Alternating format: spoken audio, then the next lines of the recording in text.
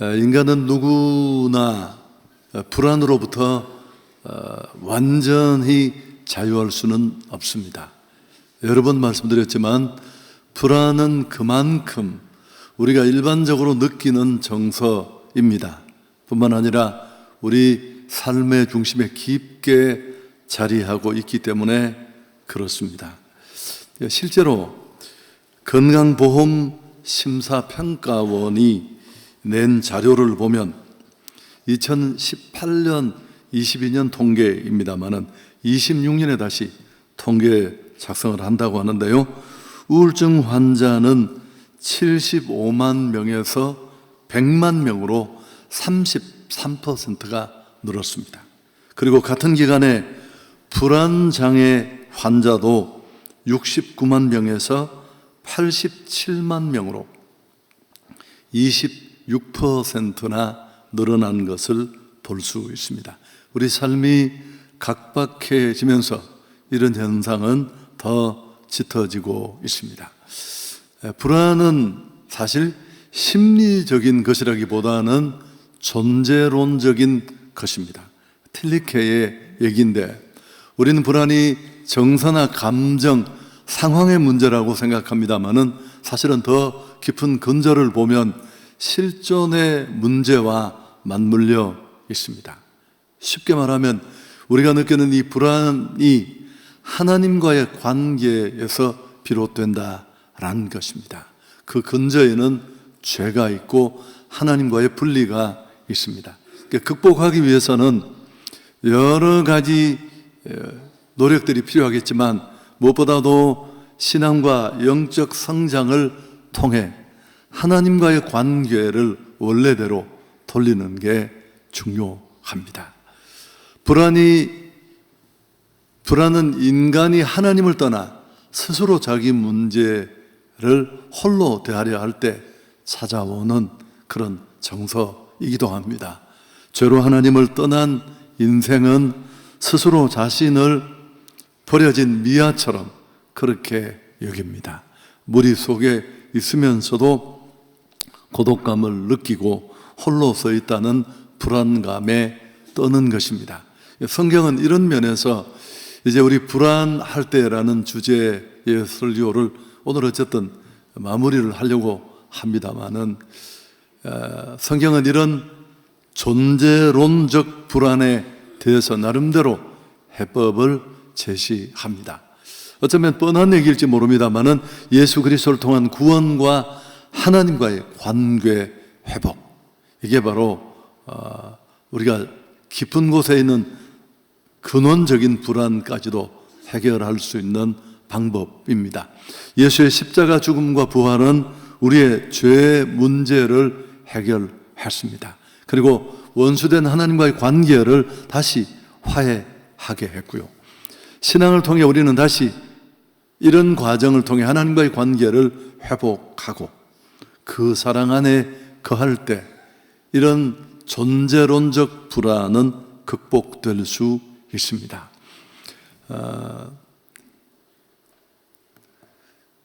오늘 본문의 내용을 좀 들여다보기를 원하는데요. 이스라엘이 머물렀던 이 가나안 땅은 주위 모든 나라들이 눈독을 들이는 사실은 노른자위 땅이었습니다. 이 가나안은 아무 힘도 없고 너무 초라하고 작은 이 이스라엘이 수백 년 동안 이 땅을 차지하고 있다는 것, 사실은 기적과도 같습니다. 하나님이 지켜주셨기에 가능한 것입니다. 하나님이 함께하지 않으셨다면 애초부터 그 땅을 차지할 수도 없었을 것입니다. 이스라엘이 하나님을 온전히 의지했을 때는 아무 문제가 없습니다. 여러분, 지도를 보여드릴 수는 없지만 이스라엘은 우리나라와 비슷한 지형적 상황에 있습니다. 주변의 강대국들이 아주 즐비합니다. 근데 그럼에도 불구하고 그들이 하나님을 온전히 의지했을 때는 아무런 문제가 없었습니다. 그 열강의 각축 속에서도 꿋꿋함을 보였고 또 평안을 누릴 수 있었습니다. 그런데 그들이 하나님께 등 돌리고 스스로 자기 힘으로 무언가를 지키려 할 때 어김없이 강대국은 쳐들어오고 또 그들은 시달림을 받고 그런 과정은 반복되었습니다. 이스라엘이 이해할 수 없는 점이 바로 여기에 있었는데요. 하나님만 의지하고 믿음으로 반응하면 손을 놓고도 그들은 충분히 자신을 지키고 평화를 누릴 수 있었습니다. 그런데 조금만 나아진 상황에 착각하고 한눈 팔고 또 주변에 다른 강대국을 의지하고 결탁하려고 할 때 어김없이 공격받고 침몰하는 이런 과정을 겪게 됩니다. 오늘 이 미가서의 말씀을 읽었는데 미가 선지자가 활동하던 이 당시 남쪽 유다는 아수르 때문에 고통받고 있었습니다. 아수르라는 나라는 큰 나라예요. 그리고 무엇보다도 당시 미가가 사역하던 당시 중근동의 최강대국이었습니다. 이스라엘은 그저 아무것도 아니죠. 이들이 유다를 침공해 유다는 거의 폐허로 만들어졌고 멸망 일보 직전까지 이르렀습니다.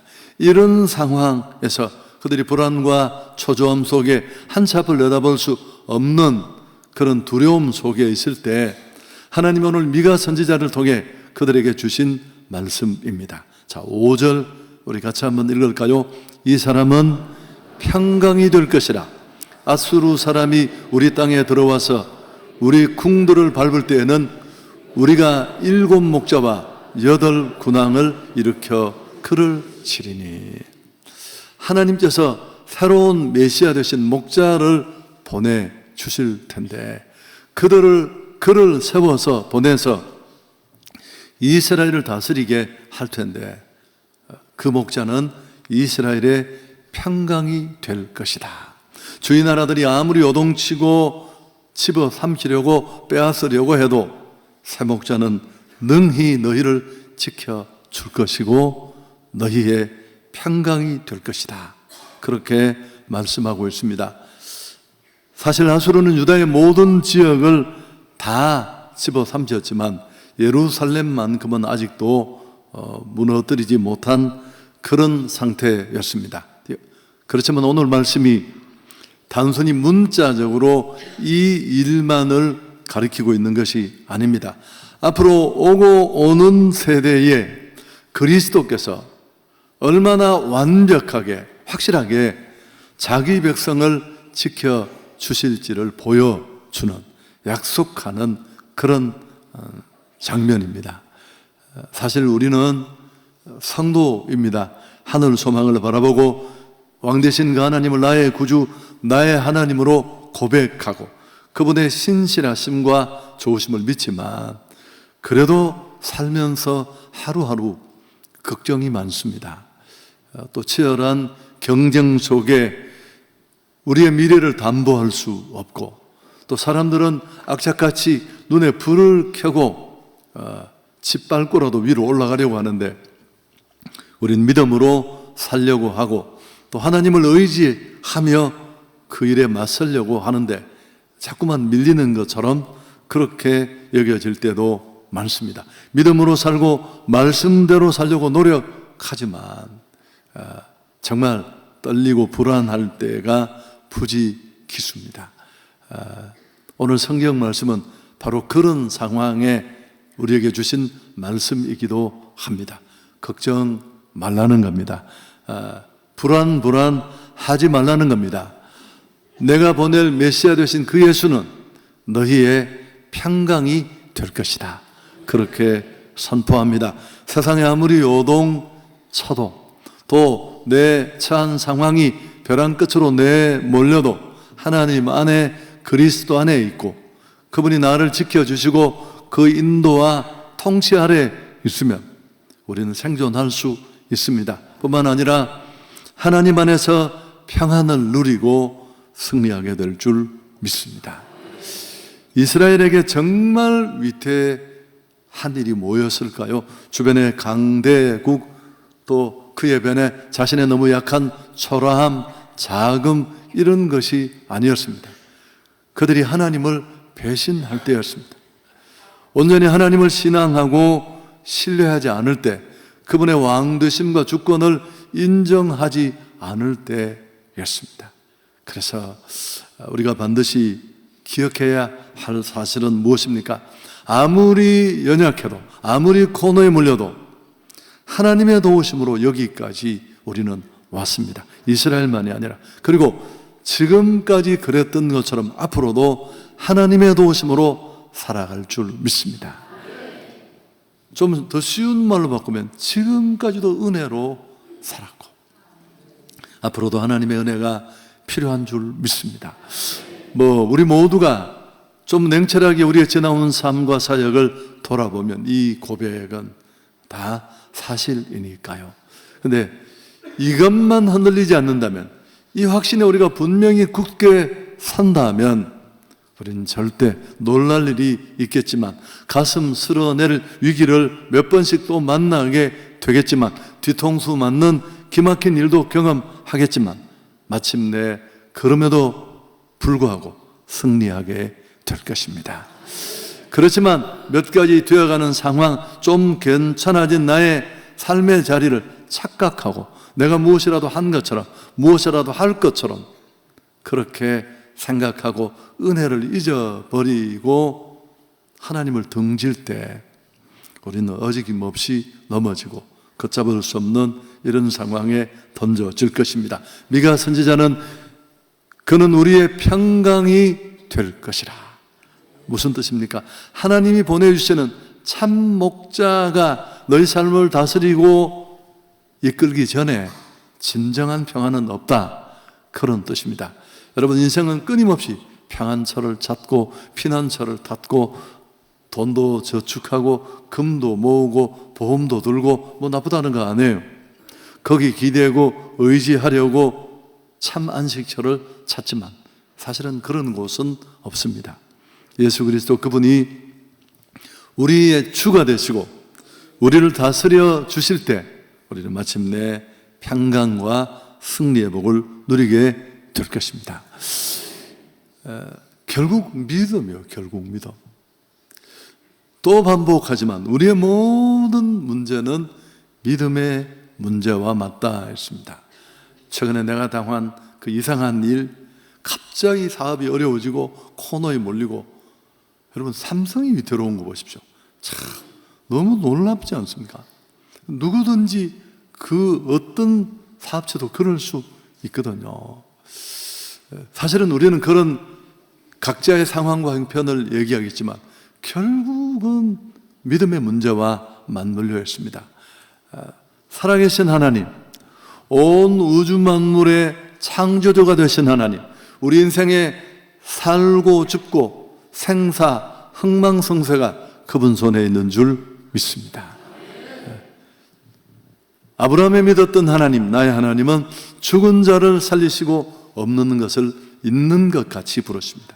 그분이 정말 나를 이끄시고 나를 다스리시고 나를 인도하신다면 우리는 반드시 그 상황도 뛰어넘게 될 줄 믿습니다. 우리 신앙인의 힘은 결국 어디서 나옵니까? 얼마나 철저하게 하나님을 의지하고 신앙하느냐에 달려 있습니다. 광야에 있던 이스라엘을 보십시오. 조금만 자기 뜻대로 되지 않으면 그들은 홍해를 건너고 기적을 체험하고 그 엄청난 축복을 누렸지만 조금만 자기 뜻대로 되지 않으면 하나님을 원망하고 불평했습니다. 애굽의 고기 가마 곁에 있었을 때가 좋았다. 아니 그걸 추억할 거리라고 말합니까? 얼마나 치사하게 살았는데 하나님 너무 분노하셨습니다. 너희 말이 내 귀에 들린 대로 내가 너희에게 행하겠다. 광야에서 그 세대는 다 죽었습니다. 반대로 다니엘, 서해, 사드락, 메삭, 아벳느고는 신앙을 거부해야 되는 그 준엄한 상황 앞에, 그 펄펄 끓는 용광로 앞에서도 철저하게 하나님을 의지했습니다. 하나님이 우리를 인도하실 것이고 또 혹 그리 아니하실지라도 우리는 우상에게 절하지 않습니다. 그 절체절명의 자리에서 그들은 믿음으로 반응했습니다. 머리털 하나 다치지 않고 간증을 축복으로 누리게 된 줄 믿습니다. 그곳에서 하나님을 높이고 하나님의 왕 되심, 존재하심을 그들은 드러냈습니다.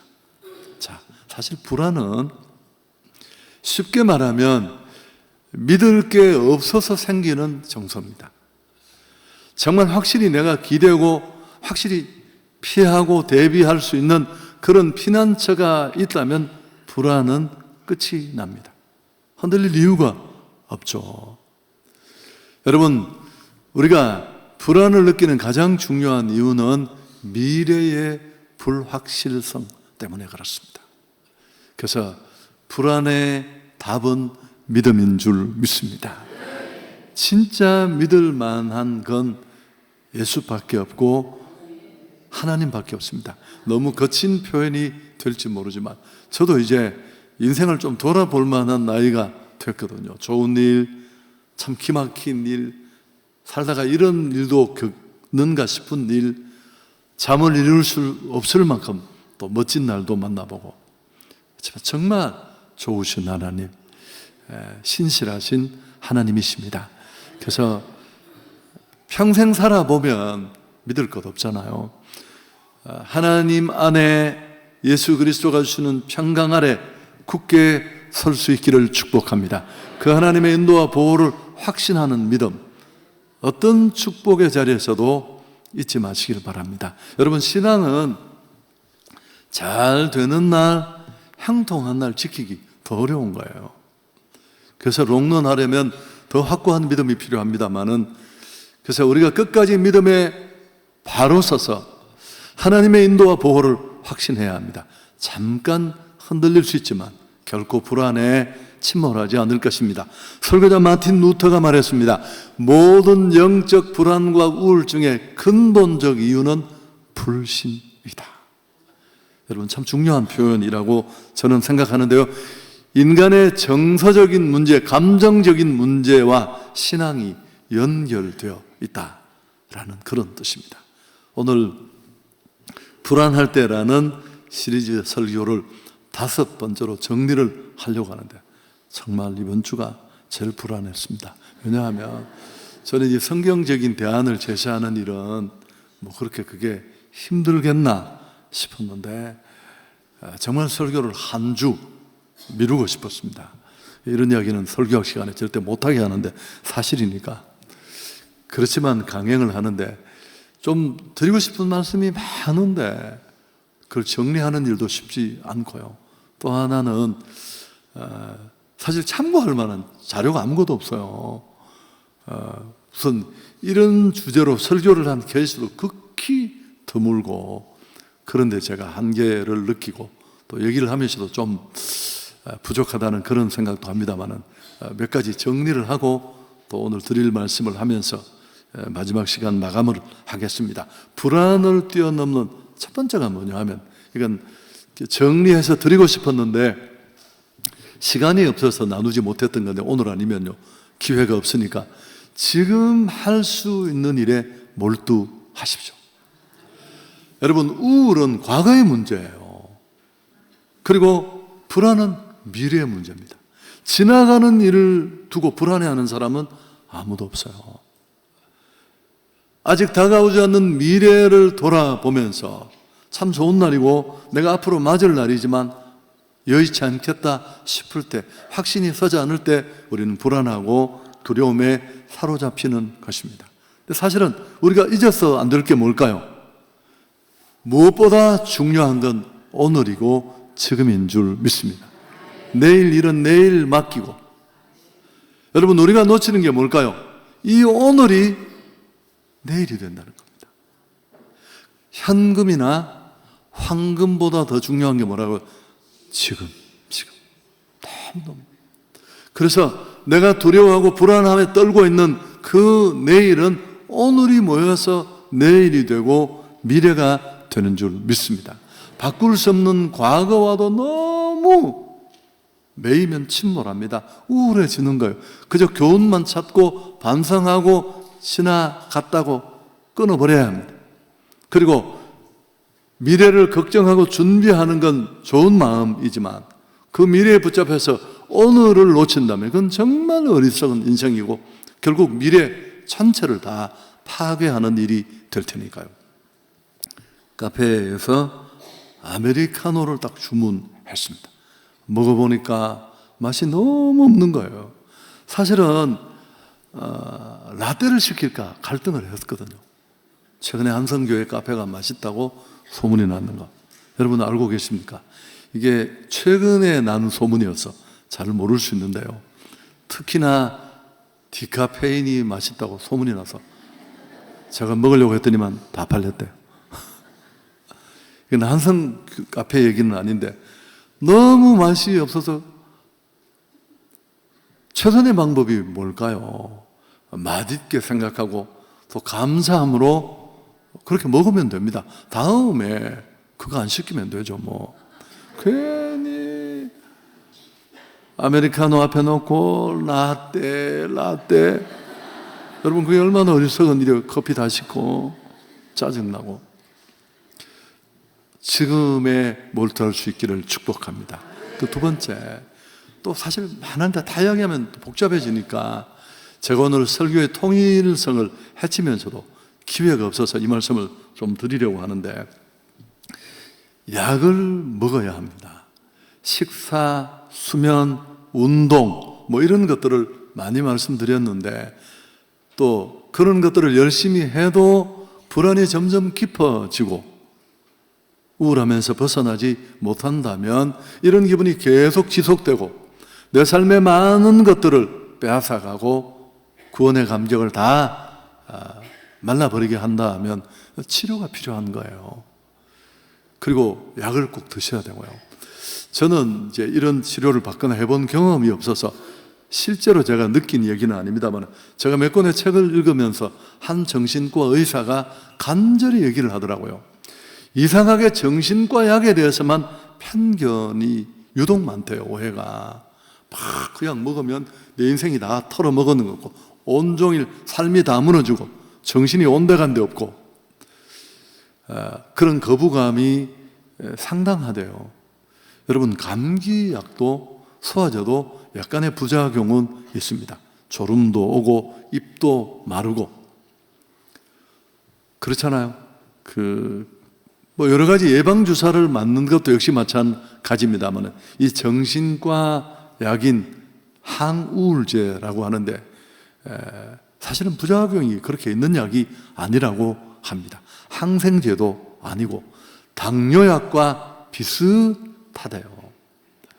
감기 걸리면 독감이 들면 빨리 약을 먹고 다음 단계로 폐렴이나 더 나쁜 상황으로 이어지지 않도록 끊는 게 바람직한 일이죠.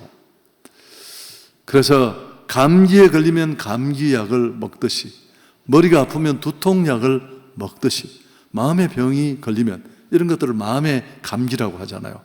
정신과 약을 먹고 빨리 거기서 벗어나는 게 바람직하다고 합니다. 여러분 우리가 치료받고 약을 먹는 건 믿음이 없는 행위가 아닙니다. 일반 은총 피를 매번 걸러야 되는 분이 계셨는데 목회자여서 자고 테니스도 치던 그분은 뭐 본인 스스로 약을 거부하고 또 기적적으로 살 수도 있겠지만 돌아가셨어요.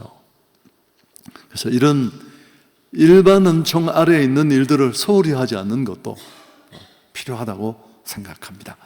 자, 무엇보다도 오늘 이제 적용을 한다면 평강의 주님을 왕으로 모실 수 있기를 축복합니다. 여러분, 하나님은 우리 삶에 오시고 나의 구주가 되시고 그래서 우리 그냥 주일날 잠깐 보고 얼굴 보기를 원하시는 분이 아니라 우리 삶을 다스리시고 우리를 인도하시기를 원하시는 줄 믿습니다. 사실 신앙생활을 한다는 건 종교인이 아니라 교회 다니는 게 아니라 진짜 신앙인이 된다라는 것은 무슨 뜻일까요? 하나님 그분을 예수님 그분을 내 삶의 왕으로 모신다는 겁니다. 그럴 때 진짜 우리는 이 평강 그 다스림 안에서 자유와 행복을 누리게 됩니다. 내 삶에 누가 왕인가를 돌아보기를 바랍니다. 종교인은 교회는 다니는데 여전히 내 삶은 나의 것이에요. 내가 내 삶의 주인이고 내 삶을 내가 지배하고 다스립니다. 시간도 물질도 자원도 은사도 중요한 결정은 다 내 안에 있습니다. 책임 꼽다시 내가 다 져야 돼요. 그분은 이스라엘만이 아니라 온 세상 모든 나라와 온 우주의 진정한 왕이 되십니다. 만드시고 다스리시고 지배하시고, 신약에서는 이렇게 말씀합니다. 빌립보서 2장 10절 이하를 함께 읽습니다. 하늘에 있는 자들과 땅에 있는 자들과 땅 아래에 있는 자들도 모든 무릎을 예수의 이름에 꿇게 하시고 모든 입으로 예수 그리스도를 주라 시인하여 하나님 아버지께 영광을 돌리게 하라. 하늘에 있는 자들, 땅에 있는 자들, 모든 무릎이 예수의 이름에 무릎 꿇고 왕 되신 그분을 높이고 찬양합니다. 여러분, 그 하나님의 왕 되심을 공식적으로 백일하에 드러내는 최고의 행위가 예배예요. 예배. 여러분, 예배가 뭐라고 생각하세요? 당신은 진짜 온 우주의 왕이시고 나의 왕이 되십니다. 그 사실을 우리가 공식적으로 고백하며 가장 소중한 가치를 담아 찬양하고 물질 드리고 예배하는 것이, 경배하는 것이 예배인 줄 믿습니다. 가정도 마찬가지예요. 얼핏 보면 내가 늘 이렇게 얘기하기를 좋아했습니다. 아빠가 왕처럼 보여. 어떤 집은 엄마도 최근에 왕들이 꽤 많습니다. 아빠가 꼼짝 못하니까 탁 월급 더 와서 아버지가 탁 내놓고 유세를 떨잖아요. 힘들게 벌었다고. 엄마 보고 가계부 잘 쓰라 그러고 막 용돈도 좀 주고, 그럼 아빠가 우리 집을 다 살리시는구나 싶은데, 가정 예배 시간이 되면 어떻습니까? 아빠가 무릎을 꿇고 정말 왕 되신 그분 앞에 자신의 약함을 드러내놓고 예배하는 것을 보면서 아이들은 어떤 생각을 할까요? 우리 집에 진짜 왕이 계시는구나. 여러분, 이게 얼마나 무서운 신앙 교육인 줄 아세요? 어떤 마음으로 여러분이 예배 자리에 서 있는지는 모르지만 진정한 예배가 될 수 있기를 축복합니다. 예배 자리에 나올 때마다 아수르라는 당시 근동의 패권을 쥐고 있던 이 나라만을 하나님은 막아주시는 게 아닙니다. 이스라엘을 위협하는 모든 것, 그 이스라엘 속에는 신약에 우리도 포함이 되고 반드시 우리를 위협하는 모든 것으로부터 왕 되신 하나님은 지켜주실 줄 믿습니다. 오늘 예배 드리고 말씀 듣고 기도하는 중에 혹시 내가 나의 자리에 있지 않다면 우리는 깨닫고 돌아서야 합니다. 그럴 때 진짜 평강을 누릴 수 있고요. 세상이 무너져야, 내 나라가 무너질 때 진짜 하나님의 나라가 오고 그 나라에 있으면 우리는 평강을 누리게 될 줄 믿습니다. 자, 시간이 많이 갔으니까요. 나의 왕은 누구인가를 우리는 착각해요. 그래서 제가 몇 구절을 이렇게 자막으로 보여드릴 테니까 한번 스스로 마음을 비추는, 자신을 비추는 거울로 삼았으면 좋겠습니다. 가장 두려워하는 존재가 누구인가요? 어떤 결정을 할 때 가장 눈치 보는 그분이 누굽니까? 가장 사랑하는 대상은 누굽니까? 진심으로 마음과 뜻을 다해 정말 사랑하는 대상은 누구인가요? 돈을 쓰든 마음을 쓰든 시간을 쓰든 은사를 사용하든 당신이 가장 먼저 최우선적으로 염두에 두는 존재는 누구입니까? 이 몇 가지 물음 앞에 서슴없이 대답할 수 있다면 당신은 진짜 그리스도인입니다. 그렇지 않다면 오늘 내려놓고 그분의 왕되심을 인정할 수 있기를 축복합니다.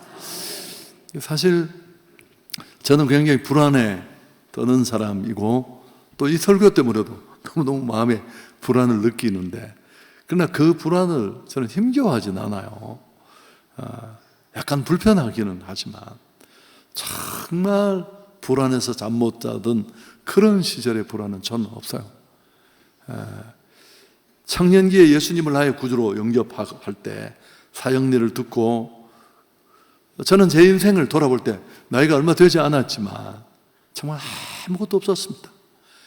욕심은 한가득인데 너무 공허하고 무엇도 없는 그런 자신을 보고 내 인생의 키를 그분 앞에 내려드려서, 당신이 내 삶의 왕이시고 내 삶을 핸들해 주시고, 물론 그 이후에도 자주 배신할 때가 있었겠지만 그 하나님은 저 인생을 아주 멋지게, 제가 간증할 때 그랬잖아요.